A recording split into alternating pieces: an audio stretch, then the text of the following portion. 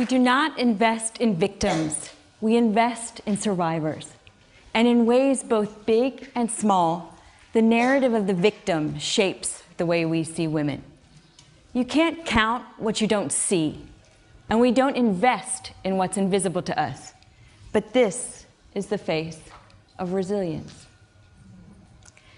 6 years ago, I started writing about women entrepreneurs during and after conflict. I set out to write a compelling economic story, one that had great characters that no one else was telling, and one that I thought mattered. And that turned out to be women. I had left ABC News and a career I loved at the age of 30 for business school, a path I knew almost nothing about. None of the women I had grown up with in Maryland had graduated from college, let alone considered business school. But they had hustled to feed their kids and pay their rent. And I saw from a young age that having a decent job and earning a good living made the biggest difference for families who were struggling. So if you're going to talk about jobs, then you have to talk about entrepreneurs. And if you're talking about entrepreneurs in conflict and post-conflict settings, then you must talk about women, because they are the population you have left. Rwanda, in the immediate aftermath of the genocide, was 77% female.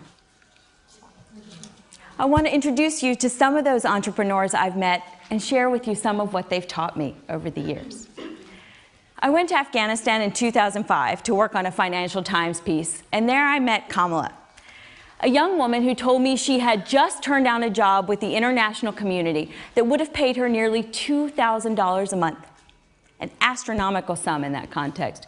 And she had turned it down, she said, because she was going to start her next business, an entrepreneurship consultancy that would teach business skills to men and women all around Afghanistan. Business, she said, was critical to her country's future, because long after this round of internationals left, business would help keep her country peaceful and secure. And she said business was even more important for women, because earning an income earned respect, and money was power for women. So I was amazed. I mean, here was a girl who had never lived in peacetime, who somehow had come to sound like a candidate from The Apprentice. So I asked her, how in the world do you know this much about business? Why are you so passionate? She said, oh, Gayle, this is actually my third business. My first business was a dressmaking business I started under the Taliban, and that was actually an excellent business because we provided jobs for women all around our neighborhood. And that's really how I became an entrepreneur. Think about this. Here were girls who braved danger to become breadwinners during years in which they couldn't even be on their streets. And at a time of economic collapse, when people sold baby dolls and shoelaces and windows and doors just to survive. These girls made the difference between survival and starvation for so many. I couldn't leave the story, and I couldn't leave the topic either, because everywhere I went, I met more of these women who no one seemed to know about or even wish to. I went on to Bosnia, and early on in my interviews, I met with an IMF official who said, you know, Gayle, I don't think we actually have women in business in Bosnia, but there is a lady selling cheese nearby on the side of the road, so maybe you could interview her. So I went out reporting, and within a day I met Narcisa Kavasovic, who at that point was opening a new factory on the war's former front lines in Sarajevo. She had started her business squatting in an abandoned garage, sewing sheets and pillowcases she would take to markets all around the city so that she could support the 12 or 13 family members who were counting on her for survival. By the time we met, she had 20 employees, most of them women, who were sending their boys and their girls to school. And she was just the start. I met women running essential oils businesses, wineries, and even the country's largest advertising agency. So these stories together became a Herald Tribune business cover. And when the story posted, I ran to my computer to send it to the IMF official. And I said, just in case you're looking for entrepreneurs to feature at your next investment conference, here are a couple of women.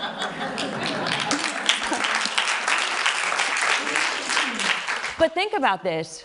The IMF official is hardly the only person to automatically file women under micro. The biases, whether intentional or otherwise, are pervasive, and so are the misleading mental images. If you see the word microfinance, what comes to mind? Most people say women. And if you see the word entrepreneur, most people think men. Why is that? Because we aim low and we think small when it comes to women. Microfinance is an incredibly powerful tool that leads to self-sufficiency and self-respect, but we must move beyond micro-hopes and micro-ambitions for women because they have so much greater hopes for themselves. They want to move from micro to medium and beyond. And in many places, they're there. In the US, women-owned businesses will create 5.5 million new jobs by 2018. In South Korea and Indonesia, women own nearly 500,000 firms. China, women run 20% of all small businesses. And in the developing world overall, that figure is 40 to 50%. Nearly everywhere I go, I meet incredibly interesting entrepreneurs who are seeking access to finance, access to markets, and established business networks. They are often ignored because they're harder to help. It is much riskier to give a $50,000 loan than it is to give a $500 loan. And as the World Bank recently noted, women are stuck in a productivity trap. Those in small businesses can't get the capital they need to expand, and those in micro businesses can't grow out of them. Recently, I was at the State Department in Washington, and I met an incredibly passionate entrepreneur from Ghana. She sells chocolates. And she had come to Washington not seeking a handout and not seeking a microloan. She had come seeking serious investment dollars so that she could build the factory and buy the equipment she needs to export her chocolates to Africa, Europe, the Middle East, and far beyond. Capital that would help her to employ more than the 20 people that she already has working for her. And capital that would fuel her own country's economic climb. The great news is we already know what works. Theory and empirical evidence have already taught us. We don't need to invent solutions because we have them. Cash flow loans based on income rather than assets, loans that use secure contracts rather than collateral because women often don't own land. And Kiva.org, the microlender, is actually now experimenting with crowdsourcing small and medium-sized loans. And that's just to start. Recently, it has become very much in fashion to call women the emerging market of the emerging market. I think that is terrific. You know why?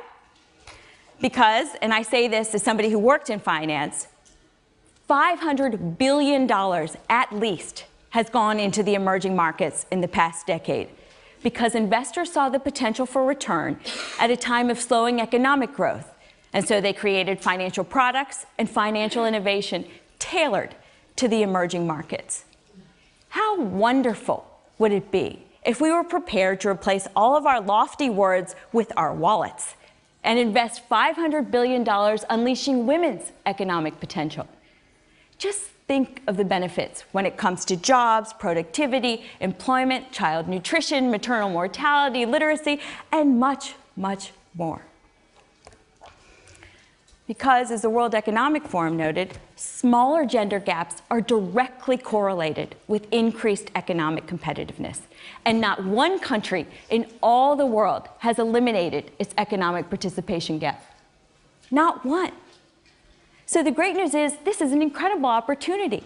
We have so much room to grow.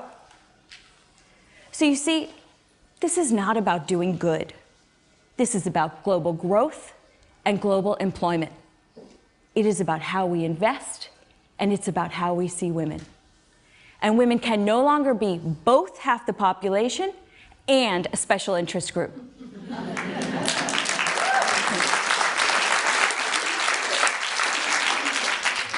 Oftentimes, I get into very interesting discussions with reporters who say to me, Gayle, these are great stories, but you're really writing about the exceptions. Now, that makes me pause for just a couple reasons.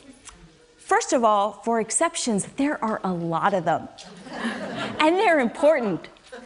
Secondly, when we talk about men who are succeeding, we rightly consider them icons or pioneers or innovators to be emulated.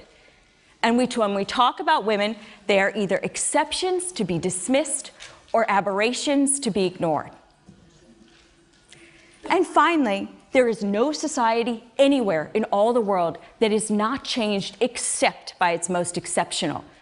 So why wouldn't we celebrate and elevate these change makers and job creators rather than overlook them?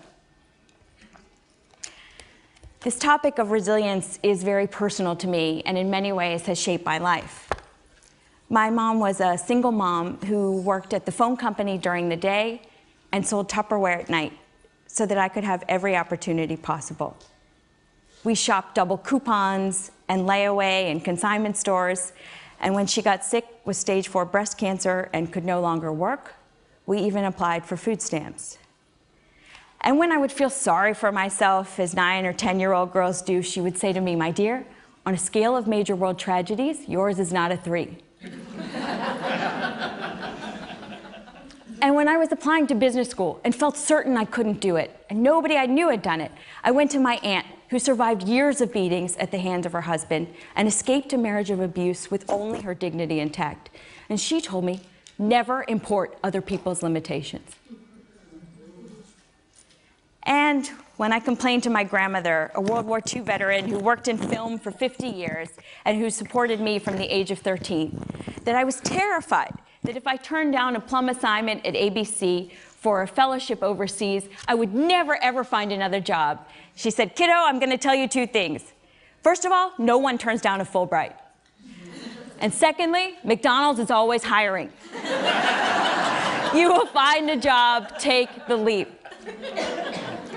The women in my family are not exceptions.